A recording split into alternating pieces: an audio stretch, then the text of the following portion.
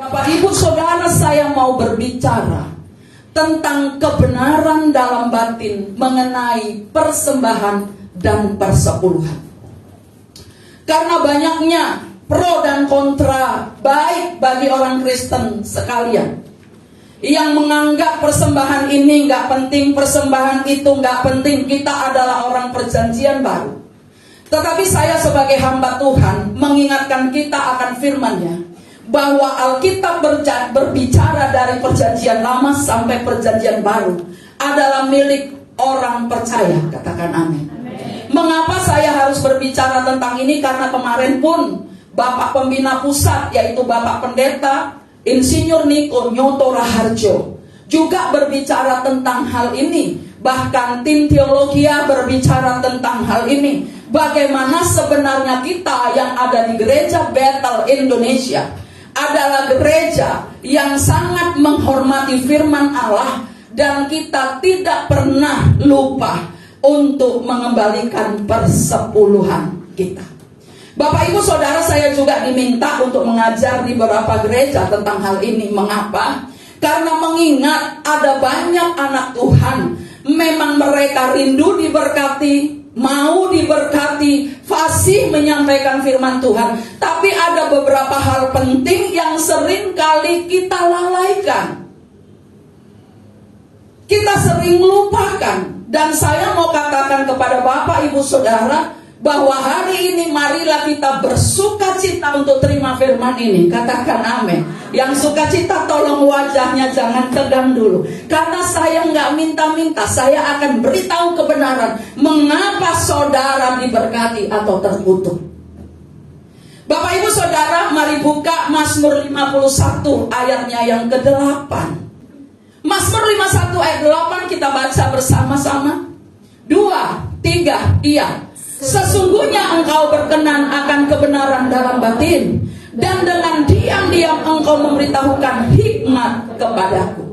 Perhatikan firman Tuhan berkata, sesungguhnya engkau berkenan akan kebenaran dalam batin, dan dengan diam-diam engkau memberitahukan hikmat kepadaku. Tanpa kebenaran dalam batin, kamu mati rohnya. Kamu gak akan bisa apa-apa. Kamu cuma jadi orang Kristen yang agama saja. Hati nuranimu gak pernah bisa terima. Kamu akan menjadi manusia daging. Tetapi dengar baik, kita harus deklarasikan bahwa kita adalah manusia rohani yang menikmati kehidupan bersama Allah. Setiap hari kita adalah manusia rohani yang tetap bersuka cita dalam keadaan apapun, karena Allah selalu beserta kita. Bapak Ibu Saudara, tujuan daripada firman ini diawali kepada kita supaya kita tahu bahwa berbicara tentang persepuluhan tidaklah dosa. Kenapa? Karena justru banyak orang terkutuk karena perbuatan sendiri, tidak setia. Saudara perhatikan baik-baik dalam Maliaki 3 ayatnya yang ke-7. Saya mau berbicara pelan-pelan kepada kita. Maliaki 3 ayat 7 demikian firman Tuhan. Sejak zaman nenek moyangmu, perhatikan, sejak zaman nenek moyangmu kamu telah menyimpan dari ketetapanku dan tidak memeliharanya. Kembalilah kepadaku, maka aku akan kembali kepadamu, firman Tuhan semesta alam. Tetapi kamu berkata, dengan cara bagaimanakah kami harus kembali? Alkitab berkata bahwa sejak zaman nenek moyang kita sudah menyimpang daripada firman. Kita ini adalah keturunan orang-orang yang nenek moyang kita nggak kenal Allah, betul? Tetapi oleh kasih karunia kita menjadi manusia baru karena kematian Yesus. Dipilihnyalah saudara dan saya untuk menjadi anaknya, yang berhak untuk menjadi ahli warisnya. Dan ketika kita sudah menjadi ahli waris itu, kita punya kuasa dan memanggil dia Abba, Bapa. Bapak Ibu Saudara, Alkitab dengan jelas ini ngomong, apa Apa sih yang dimaksudkan ayat ini menyimpang? Saya mau berbicara tentang Maleakhi pasal 3 ini dulu ya. Jadi menyimpang yang dimaksud di sini ada 3 hal. Yang pertama, banyak orang Kristen itu yang punya pikiran komunis, yang berpikir bahwa hamba Tuhan, gembala wajib hidup miskin. Pelayan Tuhan, anak-anak Tuhan hidupnya harus miskin. Perhatikan, kita tidak harus berpoya-poya, tapi kemiskinan juga bukan rencana Allah. Paham ya? Jadi kalau kita lihat hamba Tuhan kaya, kita nggak bisa menghakimi dia. Oh, dia udah makan itu perpuluhan. Kamu nanti tahu kenapa perpuluhan itu ada. Amin. Nah, kemiskinan juga tidak menjadi kudus kok. Orang miskin belum tentu hidupnya kudus. Hamba Tuhan yang miskin belum tentu kudus. Mungkin dia kepahitan karena kemiskinannya. Tetapi yang Tuhan mau kita hidup dalam sistem kerajaan Allah, the kingdom of God. Kita ada di sistem itu, baik untuk kesembuhan, baik untuk semua hidup kita. Kita ada di sistem itu. Jadi bukan hanya tentang uang. Bapak Ibu Saudara, yang kedua, pemikiran yang salah tentang hal ini, penyimpangannya yang kedua adalah kita kadang-kadang punya pemikiran sebagai orang-orang moderat yang kapitalis. Oh, orang GBI harus kaya, Tuhannya hebat. Boleh, tapi jangan nyolong. Jangan nipu. Jangan makan hak orang miskin. Jangan makan hak orang yatim piatu. Kamu boleh kaya karena Allah berfirman, barang siapa di dalam aku, dia wajib hidup sama seperti aku. Apakah Tuhan Yesus miskin? Allah kita kaya. Yohanes 10 ayat 10 bagian B berkata apa? Yesus datang untuk memberikan kita hidup, dan hidup dalam segala kelimpahan. Yang dimaksud di sini kelimpahan kesehatan, kelimpahan kebijakan, kelimpahan pengetahuan, kelimpahan hidup, kelimpahan keuangan, kelimpahan makanan. Arti kelimpahan adalah pada saat engkau butuh semua tersedia. Bapak Ibu Saudara, jangan lewatkan ajaran ini, karena ini sangat penting bagi kita semua. Nah, tetapi apakah yang benar? Saya mau kasih tahu saudara bisa catat. Yang benar adalah kita harus hidup di dalam satu pola kekristenan, yaitu menjadi anggota Kristen kerajaan, di mana seluruh jemaat bersama dengan Bapak Gembalanya hidup berjalan secara alkitabiah. Amin. Mulai dari gembala, pelayan, jemaat semua taati. Jadi gak hanya untuk ibadah kita datang, untuk melakukan penyembahan di hari Minggu, tetapi kita harus jalani hidup kita karena Allah menginginkan kita demikian.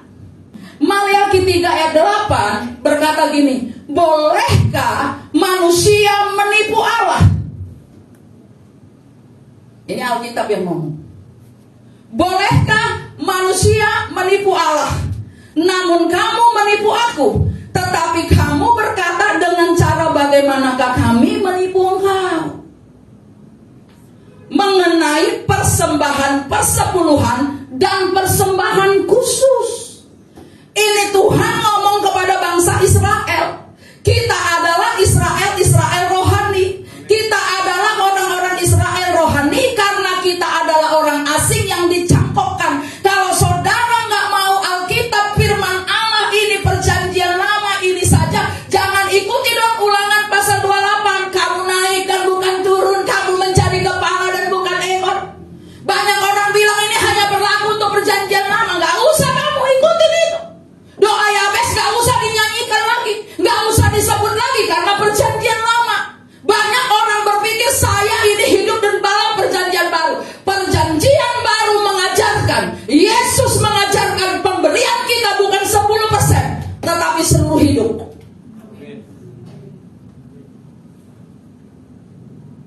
Paham ya? Amin ya. Ini yang Tuhan mau kepada kita untuk kita betul-betul kerjakan. Perhatikan baik-baik. Ketika kita baca Alkitab ini, khusus untuk Maleakhi 3 ini, semua orang Kristen ngomong ini perjanjian lama. Tapi Ulangan 28 tentang naik dan bukan turun, kau kepala dan bukan ekor, kau ngaku-ngaku orang perjanjian lama.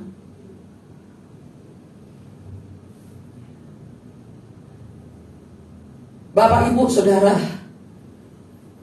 perhatikan baik-baik hidup kita. Alkitab berkata, bolehkah manusia menipu Allah?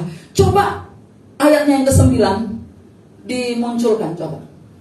Kamu telah kena kutuk, tetapi kamu masih menipu aku. Ya, kamu seluruh bangsa. Dalam Amplified Bible, dalam New King James, bukan menipu, tetapi merampok.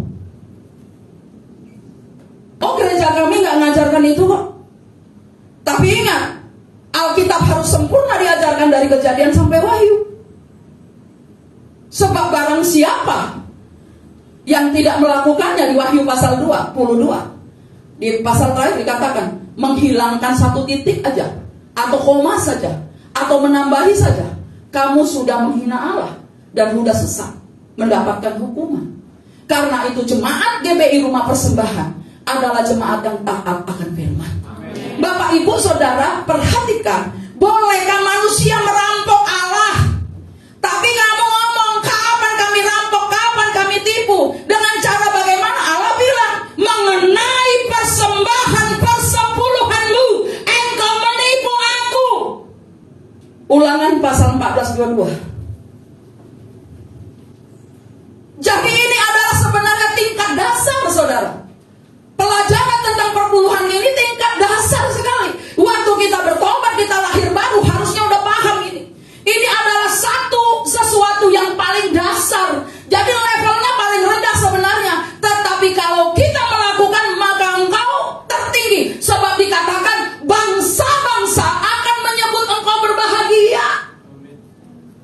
Ulangan 14:22-29. Haruslah engkau benar-benar mempersembahkan 1/10 dari seluruh hasil benih yang tumbuh di ladangmu. Perhatikan, mengapa saya ngomong ini awal tahun? Supaya saudara tahu bahwa kita tidak akan bicara tentang persepuluhan terus-menerus. Tapi yang terpenting adalah bicara tentang kebenaran, kasih karunia, dan keselamatan. Namun demikian, sebagai hamba Tuhan, haruslah kita diajar. Amin. Mungkin engkau berpikir, ini gembala gunting bulu domba. Saya mau nanya, Liuslah ya, saya tanya anak saya, kamu punya domba misalnya, pas bulunya udah banyak, yang gunting bulunya tetanggamu atau kamu? Iya. Jadi kita harus paham bahwa kalau kamu punya domba, yang gunting itu kamu, karena kamu gembalanya, kamu yang urus. Jadi hati-hati pakai firman Tuhan ini. Perhatikan kehidupan gembala yang gak benar, yang gak mengajar, yang gak membimbing domba, yang gak memberitakan keselamatan, tidak mendoakan mereka. Memang ini gembala upahan yang gak bisa diterima oleh Allah. Banyak orang Kristen menghakimi gembala, menghakimi pendeta, menggunting bulu domba, lupa bahwa ketika engkau punya domba, maka engkaulah yang mengguntingnya, engkau yang menjualnya, engkau yang menikmati hasilnya. Tetapi tugas domba, dengar baik, adalah 1, 2. Pertama, mengeluarkan air susu dan beranak. Bukan tugas gembala melahirkan anak, tapi tugas domba. Tugas Anda adalah melipat gandakan FA saudara, melipat gandakan pelayanan saudara. Saudara harus beranak pinak dalam hal pelayanan saudara. Saudara harus lebih maju, harus lebih lagi. Saudara harus buka FA baru, kunjungi orang-orang. Itu tugas domba, bukan tugas gembala. Gembala mengajarkan kepada domba, bagaimana caranya untuk makan rumput yang hijau. Dengar, domba gak akan makan rumput yang ada kotoran. Itu kehebatannya meskipun dia binatang. Tapi kita yang adalah anak Allah seringkali makan kotoran. Makan yang gak seharusnya kamu miliki, kamu makan. Tapi domba enggak, dia dengan penciumannya tahu. Perhatikan, domba selalu memamah, selalu mengunyah, selalu memakan. Dan gembala yang mengarahkan dia masuk dalam rumput. Tolong dicatat ya, karena saya nggak catat nanti atau saya baca lagi. Dia diarahkan kepada air yang tenang. Domba tahu, sadar dengan nalurinya, air ini nggak kotor. Perhatikan, domba nggak minum air kotor. Daud berkata, dia membimbing aku ke air yang tenang, jernih. Mengapa tenang? Tidak ada goncangan di air itu dari atas. Dia jernih. Mari sebagai jemaat Tuhan, buat pilihanmu. Kamu mau makan makanan rohani di mana?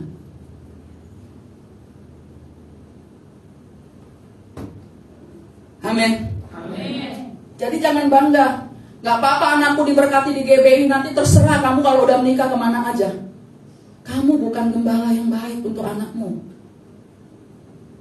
Kamu cuma mau bebas, enak lihat anakmu. Dengar, sekali lagi, kebahagiaan orang Kristen bukan terletak pada uang, tetapi kepada siapa engkau percaya. Amin. Amin. Ini loh, saya mau ajarkan ini kepada kita. Kita itu tidak tergantung kamu. Oh, masa depan anakku udah ada, aku kerja sekian, nanti ini. Kamu tahu gak kena cancer? Tahu? Oh, ada BPJS. Kamu tahu BPJS pun kurang untuk kalau kamu udah kena cancer? Kurang. Vitaminnya harus nombok sendiri, harganya jutaan. Kamu tahu itu? Ini makanya Tuhan bilang, kamu jangan nipu aku. Kamu ku ajar yang benar. Maka dikatakan di Ulangan 14:22 ini begini, haruslah engkau benar-benar mempersembahkan 1/10 dari seluruh hasil benih yang tumbuh di ladangmu, tahun demi tahun di hadapan Tuhan Allahmu, di tempat yang akan dipilihnya. Dengar, tempatnya Tuhan yang pilih, bukan kita yang pilih. Paham? Di tempat yang dipilih oleh Tuhan Allahmu. Jika jalan itu terlalu jauh bagimu, maka haruslah engkau menguangkannya dan membawa uang itu dalam bungkusan dan pergi ke tempat yang akan dipilih Tuhan Allahmu. Perhatikan, Tuhan memilihnya. Mengapa dikatakan bawalah seluruh persembahan persepuluhan ke rumah Tuhan? Mana rumah Tuhan? Di mana kamu harus bawa? Di tempat di mana engkau makan secara rohani. Amin. Di mana engkau diajar secara rohani, di mana penyakitmu disembuhkan secara rohani, di mana gembala berdoa kepadamu secara terus-menerus. Ke situ. Kalau kamu di gereja A ya di situ, kalau di gereja B ya di situ, kalau di sini ya di sini. Sekarang paham ya? Karena di sini ada anak-anak muda biar belajar, nanti kalau sudah kerja itu tahu. Ya. Paham? Amin? Amin. Anak-anak muda catat ya, supaya ini modal bagimu. Modal. Jadi jangan diubah perpuluhan jadi ucapan syukur, nggak bisa. Ya, persepuluhan tetap persepuluhan. Jangan ubah. Bahkan saya ajar begini. Kamu kalau mau menabur, saya bilang apa? Pertama, tempatnya harus subur. Subur benar. Tanahnya. Gereja yang subur adalah gereja di mana gembalanya tidak bersinar. Kudus, doa siang dan malam, kegiatan doa, kegiatan misi dilakukan, itu tanahnya subur.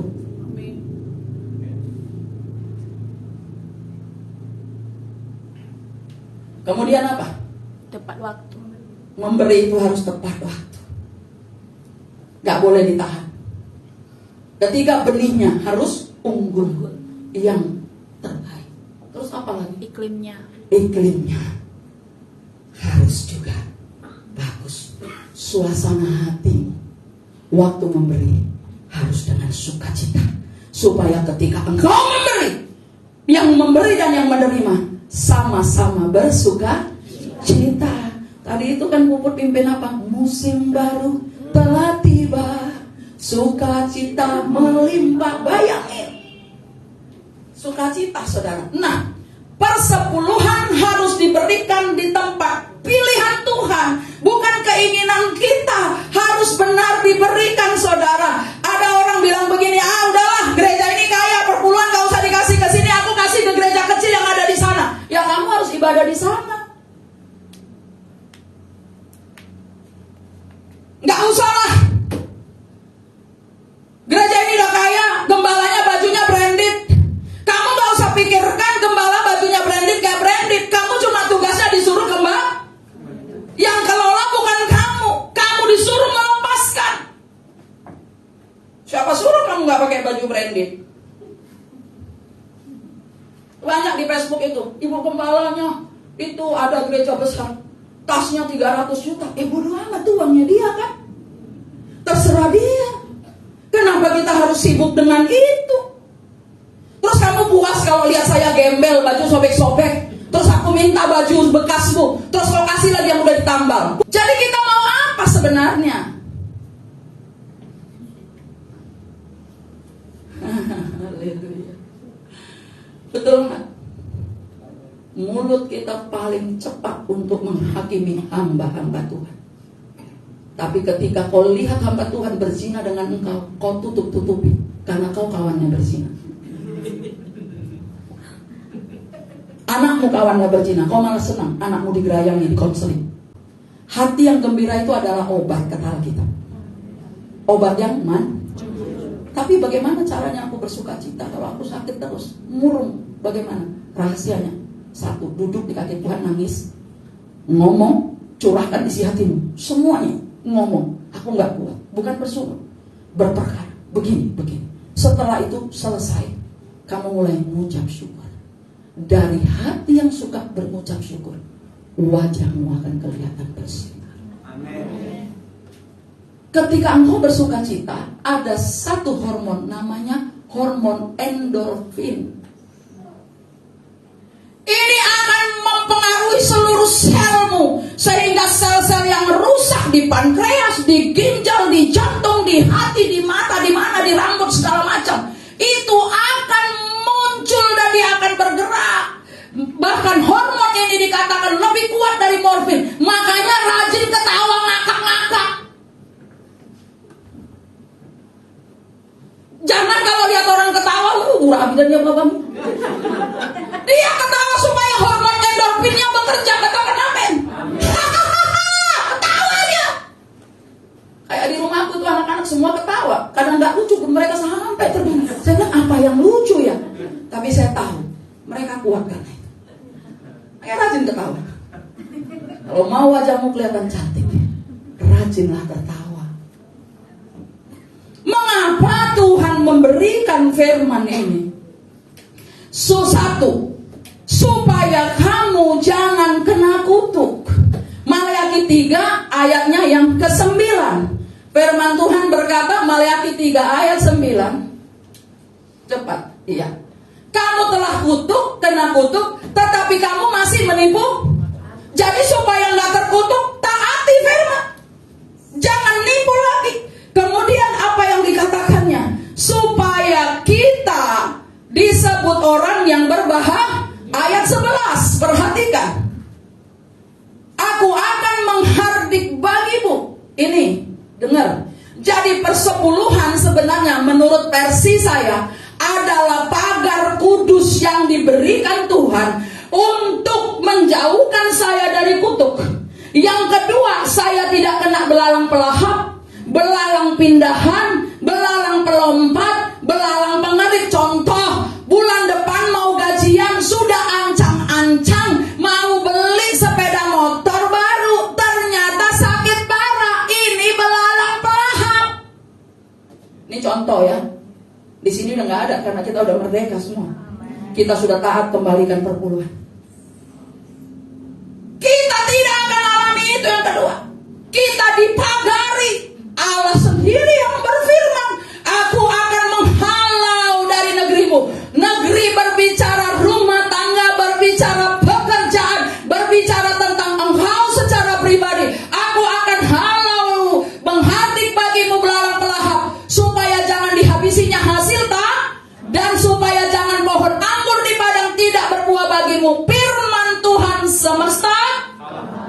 Dan di dalam kitab Wahyu dikatakan, jangan rusakkan minyak dan anggur.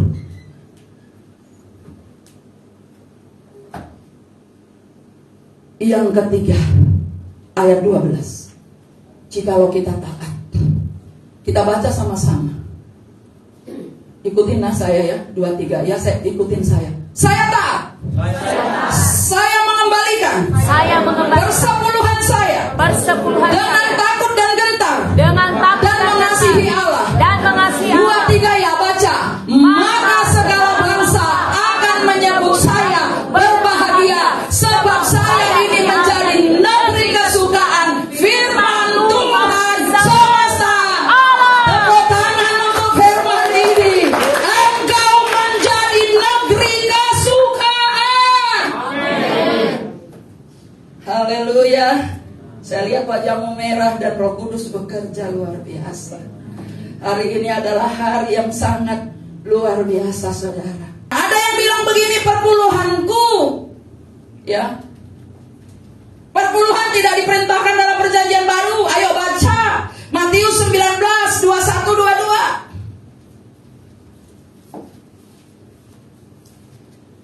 22. Kata Yesus kepadanya, ini tentang anak muda yang bodoh. Jikalau engkau hendak sempurna, perhatikan, mau sempurna, lakukan firman Allah. Pergilah, jualah segala milikmu dan berikanlah itu kepada orang-orang miskin, maka engkau akan beroleh harta di sorga. Kemudian datanglah kemari dan ikutlah. Ayat berikutnya, ketika orang muda itu mendengar perkataan itu, pergilah dia ke gereja lain. Senyum dong, Yesus. Aku kalau kamu susah, aku susah. Tuhan, apa ini anakku? Senyum atau apapun yang terjadi akan di pihakmu. Amin. Pergi. Sampai sana, pendetanya bilang, bawalah segala perpuluhan. Pergi lagi. Akhirnya kemana? Gak tahu gereja. Yuk, pemain musik kita mau nyanyi dulu, karena mereka ini sedang bergirang semuanya. Oke? Nah, perjanjian baru berkata 100%. Kita cuma diminta berapa? 10%. Terus kamu ngomong, perpuluhanku terlalu gede. Kalau gajiku 30 juta, aku ngasih 3 juta. Ya doa supaya gajimu kecil, supaya income-mu kecil, perpuluhanmu kecil. Gampang kan? Karena persepuluhan tidak ada yang terlalu besar, tidak ada yang terlalu kecil. Sama, cuma 10%. Jadi kalau kamu bilang terlalu besar, dikasih ke gereja ini, ya doa. Ya Bu, doain anak-anakku gajinya cuma 100.000 sebulan, biar gak bisa ngasih sama sekali. Bukan hanya ngasih, gak makan. Tapi Allah berfirman, aku yang memberikan benih untuk kau tabur, roti untuk kau makan, dan memberi benih untuk kau lipat gandakan, sehingga engkau bersuka cita dan memuliakan Allah. Haleluya. Yang bisa bangkit berdiri, mari bangkit berdiri dulu. Ayo iblisnya kita lawan. Tuhan memberiku kegirangan dan sukacita melimpah. Mari minyak yang baru dicurahkan. Gak apa-apa. Haleluya.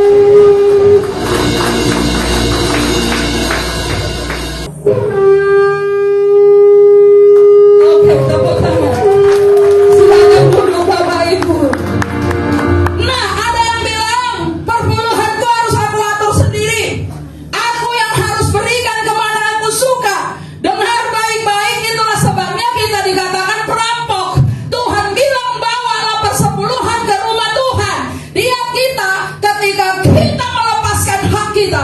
Ketika kita berikan perpuluhan kita nggak punya hak ngatur lagi. Kita nggak punya hak untuk memanagenya. Yang kau atur adalah 90% milikmu. 1 Samuel 13. Dia mengambil alih hakimah.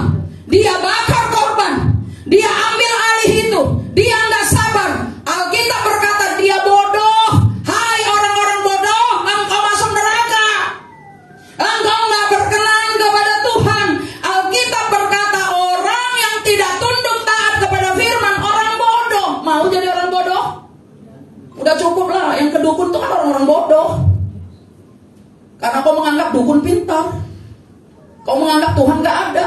Kau bodoh, kau pergi ke sana. Kalau kasih ke dukun kamu nggak rasa rugi ya? Puluhan juta, betul? Betul? Ada orang-orang yang mungkin agamanya beda, mungkin agamanya juga Kristen, mungkin agamanya apa terserah. Banyak orang nebar amplop sebenarnya untuk jadi pesugihan. Tapi yang benar firman Allah berkata, ketika engkau sudah beri, engkau jangan harap imbalannya lagi. Itu urusan Tuhan. Kalau engkau harap imbalannya, meskipun Allah berjanji, karena kadang Allah menguji kita. Ketika kita sudah berikan, ada waktu yang ditentukan Tuhan untuk menumbuhkan benih itu supaya berbuah dan engkau panen. Amin. Nah, ada yang ngomong, aku sebar sendiri. Kau jadi Raja Saul, kau jadi seperti Uzia, melecehkan kekudusan rumah Tuhan. Dan yang lebih parah adalah seperti Uza, yang dengan sengaja mau menyentuh tabut Allah. Maka ketika dia rasa tabut Allah butuh pertolongan, dengar baik perpuluhan yang kau berikan ke rumah Tuhan bukan karena engkau ingin menolong dia, tapi karena engkau taat. Dan dasarnya adalah barang siapa mengasihi aku, kata Tuhan, lakukanlah kehendakku. Bapak ibu saudara, jangan lagi jadi orang fasik di gereja. Kamu dengar firman Tuhan setiap minggu, tengah minggu, ada doa puasa, tapi kamu sulit lakukan ini. Kamu sulit. Kenapa? Kamu harus bebas. Sulit. Ada 2 dalam Alkitab yang sulit orang lain lakukan. Merasa sudah Kristen karena sudah dibaptis waktu kecil,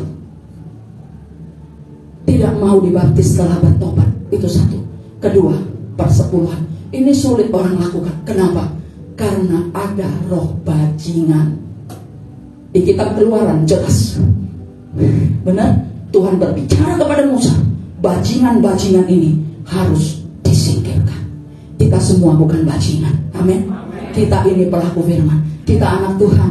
Kita cinta Tuhan. Tepuk tangan senyum dong yang cinta Tuhan. Yang cinta Tuhan saja senyum. Amin ibu. Kita cinta Tuhan. Lakukan. Haleluya. Apa kau sulit? Karena kau udah merasa benar. Seorang pelayan Tuhan ngomong gini sama saya, Bu, saya takut banyak di antara kita merasa sudah benar, sudah orang Kristen, gak perlu lagi firman. Dia udah jadi Tuhan atas dirinya. Banyak orang gak mau diajar, terlalu pintar. Amin. Tapi kita semua adalah pelayan. Kita ini hamba, ya kan?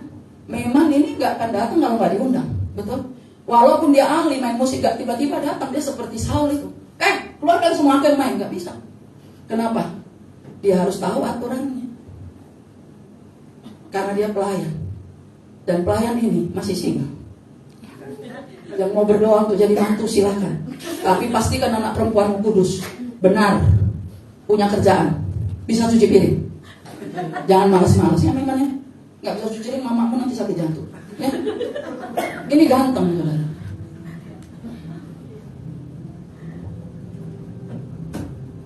Kalau di sini nggak ada, paling-paling orang tuanya mikir, sekarang aku punya pokok doa ini. Ternyata ada satu pelayan Tuhan yang belum punya. Tuhan berikan anakku kepada dia, berikan. Karena dia punya kerjaan loh, nggak nganggur. Jadi kalau dia kawin nggak numpang di rumah mamanya. Ini kok jadi nyimpang ibu, malah nggak apa-apa. Karena kuliah dia hari ini, aku suka cita. Baik, lanjut saudara. Nah, ini yang terakhir. Saya melepaskan uangnya di gereja itu, tetapi dia tetap beribadah dan anak-anaknya diajar di situ. Betul? Kan banyak ini mulut-mulut yang selalu kurang ajar. Udah nggak usah lah, beginilah, begitulah. Perhatikan dengan baik. Saya mau katakan, jikalau memang engkau tidak rela, dengar ya, jangan sampai nanti ada yang pindah gara-gara ibu bilang kami diusir ya. Tolong dipakai ya, oke? Tolong, oke? Dengar. Jikalau kamu nggak rela melepaskan uangmu di gereja itu, ya kamu jangan di situ. Kamu harus tahu malu juga sama Tuhan. Ngerti? Aku nggak mau kalau doain orang sembah didoain, habis didoain ngasih amplop, nggak butuh. Aku butuh uang, iya, tetapi jalannya harus tepat. Makanya kalau kami doakan orang di rumah sakit, di rumah, di mana saja atau datang ke rumah, kami nggak terima dia kasih amplop. Kenapa? Karena kesembuhan itu terjadi bukan karena saya, tapi karena imannya orang yang didoakan, dan saya hanya membangkitkan imannya, dan yang bekerja itu Allah.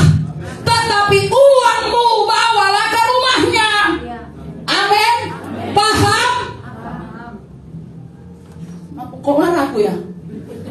Enggak lah. Paham kan? Jadi agak lembut. Paham kan? Tepuk tangan dulu. Paham sekarang kan? Iya kan? Jangan kau bawa kebiasaan berdukun ke pendeta. Biasa berdukun pulang, dukunnya udah nunggu aja. Kalau amplopnya nggak tebal, disantet lagi malah. Pendeta enggak. Sebab berilah dengan cuma-cuma, sebab Tuhan memberikannya cuma-cuma. Dengar, kesembuhan yang kau dapatkan di gereja ini bukan karena saya. Memang karena saya berdoa, tetapi tidak andil saya. Kalau Tuhan gak berkenan, makanya jangan kurang ajar sama pendeta. Sebab pendeta lah yang tarik itu Tuhan untuk ngampuni kamu pada saat itu. Kalau memang ngerti ya, kalau memang bilang, nggak usah lah kasih di situ, ya kamu jangan ibadah di situ. Cabut semua anak-anakmu, bawa kemana terserah kau, serah. Tapi selama engkau ada di situ, jangan jadi perampok. Ini saya harus beritakan. Sebenarnya Bapak Gembala pun menginginkan berbicara tentang hal ini terus-menerus dulu sampai kita lolos, supaya kita betul-betul pada bulan Februari ketika buah sulung dipersembahkan, persepuluhan dipersembahkan, engkau gak bersungut lagi, tapi hatimu benar. Sehingga ketika kau persembahkan dengan sikap yang benar, maka terjadilah di Maleakhi 3 ayat 11, 12 itu yang berkata, aku akan menghalau daripadamu belalang, segala belalang pelahap, pengerit, pindahan, pelompat. Kalau enggak, kamu tetap tidak dalam kebenaran. Hatimu sakit waktu memberi, hatimu pahit, walaupun memang betul korban itu sakit. Maksudnya nggak sakit hati, nggak kepahitan, nggak ngomongin, tapi kamu lepaskan karena engkau cinta kepada dia. Bapak Ibu, aturannya ini masih banyak sebenarnya. Di dalam 12 suku Israel, ada satu suku, yaitu suku Lewi, yang tidak mendapatkan warisan apapun, kecuali dari 11 suku saudara-saudaranya, mereka memberikan 1/10 hasilnya. Jadi kalau kalian melihat ada suku Lewi, imam, pendeta kaya, kamu jangan heran, karena ini janji Tuhan. Kekayaan yang dialami oleh gembala atau pendeta akan tertular kepadamu. Melalui apa? Ketaatanmu. Tepuk tangan. Mau gajimu 1 juta tetap 10% kok, apa sulitnya kau kasih? Mau 500.000 kau dapat 50.000 kok, apa sulitnya? Hanya berkurang 50.000 daripada kau ditipu. Karena itu perhatikan, ini adalah catatan penting, supaya engkau tidak sama seperti Saul, tidak sama seperti Uzza, tidak sama seperti Uzia yang melecehkan kekudusan Tuhan. Maka engkau harus percaya bahwa Allah menaruh setiap orang di rumahnya masing-masing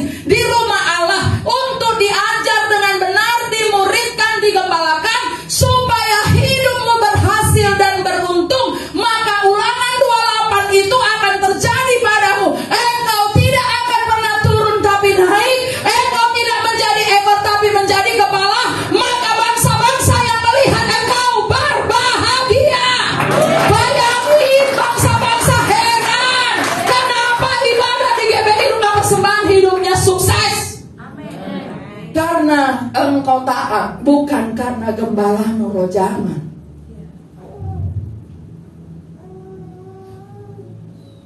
Ini kenapa Ivan sekarang kau sukses? Karena aku taat. Sebab imanmu lah yang menyelamatkan engkau. Saya hampir kelewatan waktu, saudara. Saya minta maaf karena janji ini pada para pengerja juga ngomong, Bu, jemaat suka ini loh pulang kesiangan, tapi kalau di pesta 4 jam juga tahan lah. Udah itu nasi kotaknya cuma daging segede jempol, itu pun lemak semua. Sukacita juga. Ini kan firman, ya kan? Iya kan, ya kan? Ya. Bukan saya membenarkan diri lah, ya kan? Iya kan? Betul nggak? Iya kan? Tepuk tangan, nah. Iya. Nah, yang terakhir. Tadi jika tidak percaya bahwa gereja itu baik mengelola keuanganmu, cabut diri. Karena dimanapun kau berada akan dapat peraturan baru. Itu saja. Kemudian, jangan sekali-kali engkau menahan uangmu hanya kau tidak percaya bahwa gereja itu mengelola dengan baik. Itu bukan urusanmu. Engkau disebut jahat di mata Tuhan. Sebab kita bukan mengelola tapi mengembalikan. Yang kedua, jika engkau takut dan ragu akan pengajaran gereja itu, cepat angkat kaki. Kau selamatkan keluargamu. Misalnya di sini merasa gak bagus pengajarannya, permisi baik-baik, Pak, aku pindah ke masjid. Silakan, kita doakan, saudara. Kita gak perlu takut untuk jujur. Dengar begini, saya mau ngomong sama orang Kristen, tolong ya. Kalau engkau di gerejamu merasa tidak ada mukjizat, tidak ada pengajaran baik, tidak bertumbuh, tapi kau cuma jadi orang beragama, dan ketika engkau sakit, engkau ngalami apa, cari pendeta lain, kau di mata Tuhan juga jahat. Paham? Karena dia juga, gerejamu itu adalah gereja tuh, pendetamu juga hamba Tuhan. Makanya kita yang harus bijak, di mana kita digembalakan, diajar dengan baik. Jangan kau anti bertepuk tangan, anti karismatik, tapi kau sakit mau mati, kau cari pendeta karismatik, kau dosa. Tuhan melihat tidak ada kebenaran dalammu. Kita ini salah, kita dosa.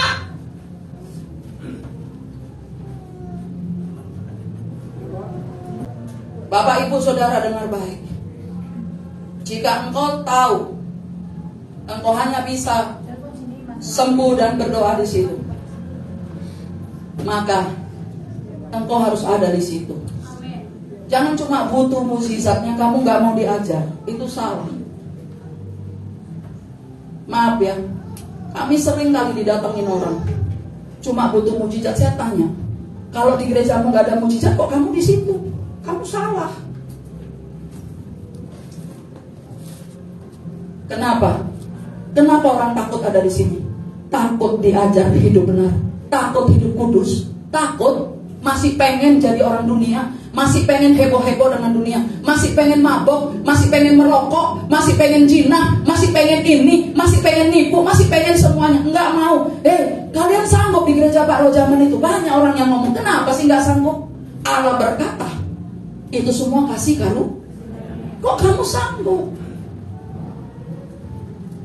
Saya heran kenapa kamu mau di gereja gak bertumbuh dan kamu hidup gak benar, ngaku-ngaku mati masuk surga. Dari mana ayatnya? Coba aku tanya kalian dulu lah. Amin. Kenapa kamu anak muda gak mau aktif di Next Gen? Ada apa? Apa kalau bapakmu gak ngasih, kamu gak bisa ikut Next Gen? Kalau mati bapakmu bisa ketok pintu surga, diantarnya kau ke situ? Gak bisa. Kenapa kamu gak mau FA? Kenapa kamu gak mau doa? Kenapa kamu gak mau diajar? Memangnya kamu bisa dengan kebenaranmu? Aku udah kasih perpuluhan, kasih ini, kasih itu. Buka sekarang pintu, aku mau masuk. Gak bisa. Tetapi Allah lah yang melihat kebenaranmu dan dimasukkannya kau di rumahnya. Sebab barang siapa mau masuk surga, dia harus mau mengakui dia sebagai Tuhan dan memujanya sebagai Allah yang layak ditinggikan. Tepuk tangan bagi Tuhan, saudara. Nah, kalau engkau takut memberi, yang ketiga, uangmu. di rumah di mana engkau digembalakan, artinya uang sudah menjadi tuanmu dan engkau hambanya. Tapi percayalah saudara, saya mau katakan kepadamu, aset kita yang tertinggi bukan harta kita.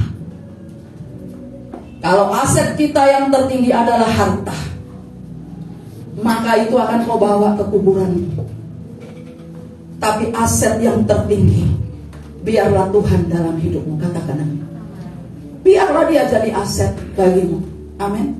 Kalau engkau jadikan Allah asetmu, maka engkau tidak akan ragu-ragu menjadi pelaku. Bukan hanya untuk persepuluhan, untuk berdoa, untuk bersekutu, untuk menginjil, untuk menjadi berkat. Kalau Allah menjadi aset, dan engkau menyadari Allah lah yang memberikan kepadamu pangkat, Allah lah yang memberikan kepadamu uang, Allah yang memberikan pekerjaan baik untukmu, Allah yang memberikan engkau rumah, kau tidak ngontrak, kau bisa punya rumah. Kalau kau yakin itu adalah dari Allah, maka engkau akan hormat kepada dia dan mengasihi dia. Karena itu saya akan tutup sebelum kita masuk dalam perjamuan kudus. Saya ingatkan kepada Bapak Ibu, bawalah seluruh persembelihan persepuluhan itu kemana? Ke rumah perbendaharaan, supaya ada persediaan makanan di rumahku, dan ujilah aku, firman Tuhan semesta alam, apakah aku tidak membukakan bagimu tingkap-tingkap langit dan mencurahkan berkat kepadamu sampai kelimpahan.